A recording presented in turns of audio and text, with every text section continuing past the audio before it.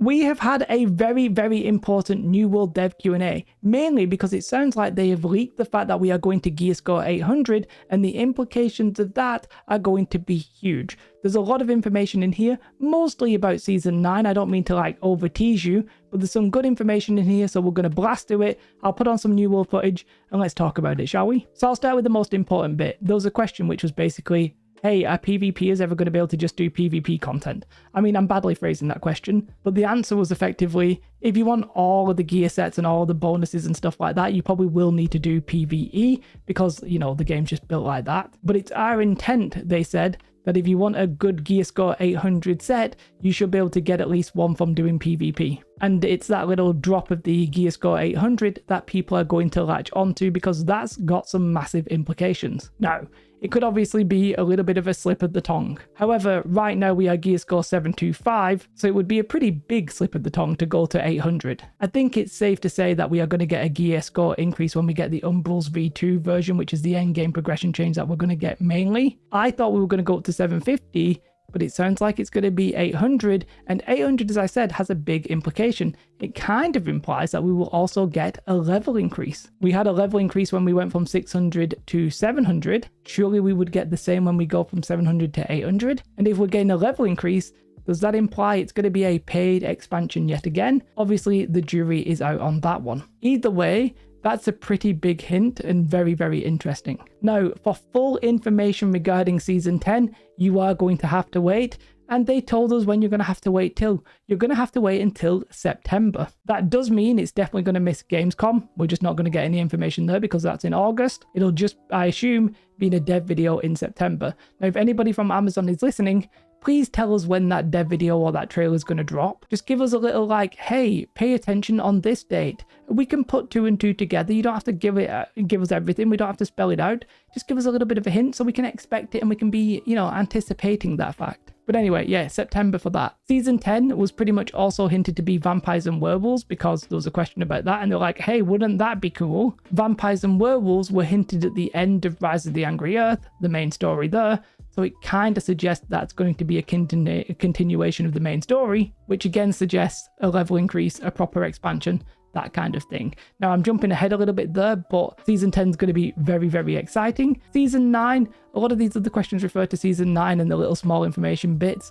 It's interesting, but probably not as big as the possible expansion. We don't know if it's paid, we don't know if it's free, we don't fully know what that is, but that's the most exciting bit for a lot of people. And my hype has just dialed up a little bit, maybe from a 7 to an 8. Maybe even a 9. Okay, now what I'll do is I'll just go through the questions vaguely in order and we'll talk about what they said. One of them was asking about how we're going to make the end game more interesting because we sort of do it and then leave. They're hoping that there's going to be some vast end game changes where you're going to want different sets and they're going to affect the way that you play. Maybe you want a vampiric set where you're doing like life taking, life leeching effects. Maybe you want a berserk effect, maybe you want a CC build, that kind of thing. And they want that to be a bit of a grind, I think. I don't think you're going to get it as easily as we have done in the past. Obviously, that could put off casuals, but let's worry about that another time. There was also a question about how are you going to get new players? And they were basically saying, well, the new players, we're not really anticipating as that much. What we actually want is to re-engage players. Because let's be honest, you will have had a lot of players on PC. The goal is to get them back.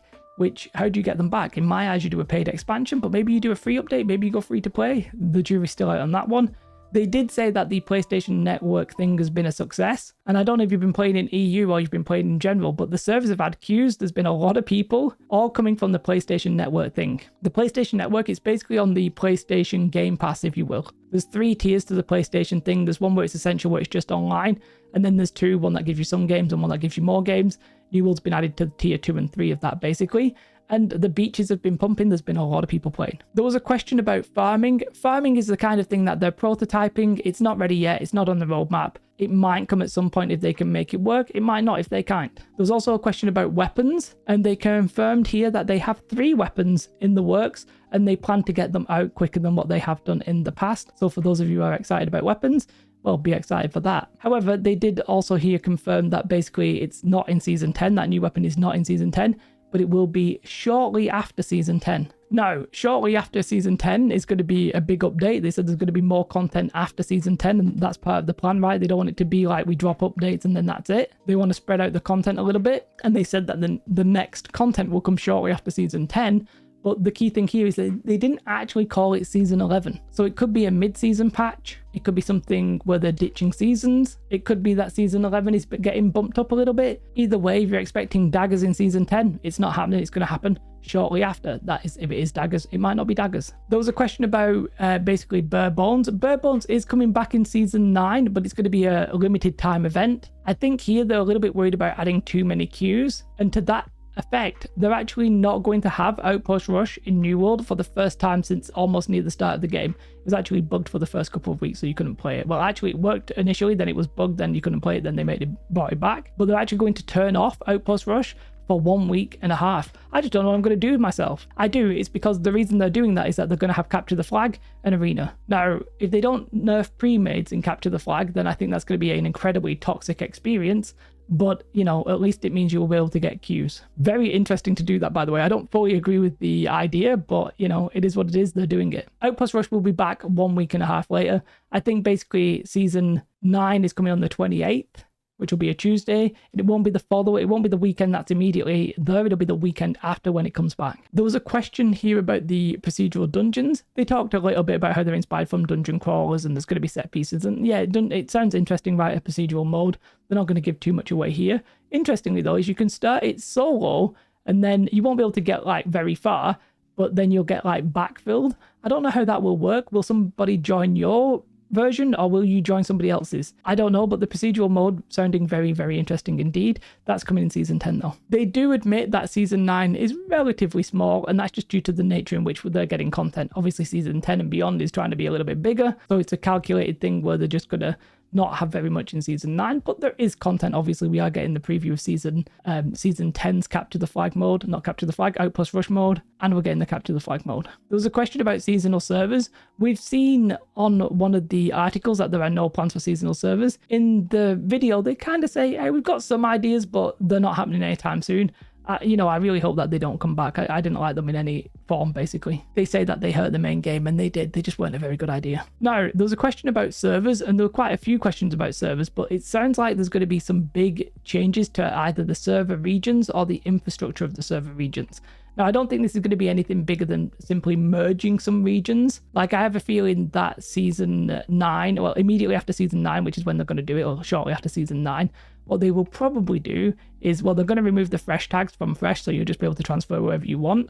But I suspect servers like AP region might get merged with maybe like, I don't know, US West or something like that. I don't know exactly how they'll work that, but maybe there'll be some kind of region that everybody's on if you're in a small region right now. Like EU won't get changed, but AP, maybe US West, and whatever the South American version is as well. They were planning on merging pretty soon after Season 9. I do think that in regions like EU, they're just not going to do that. They've just opened a new server because of the PlayStation Network thing.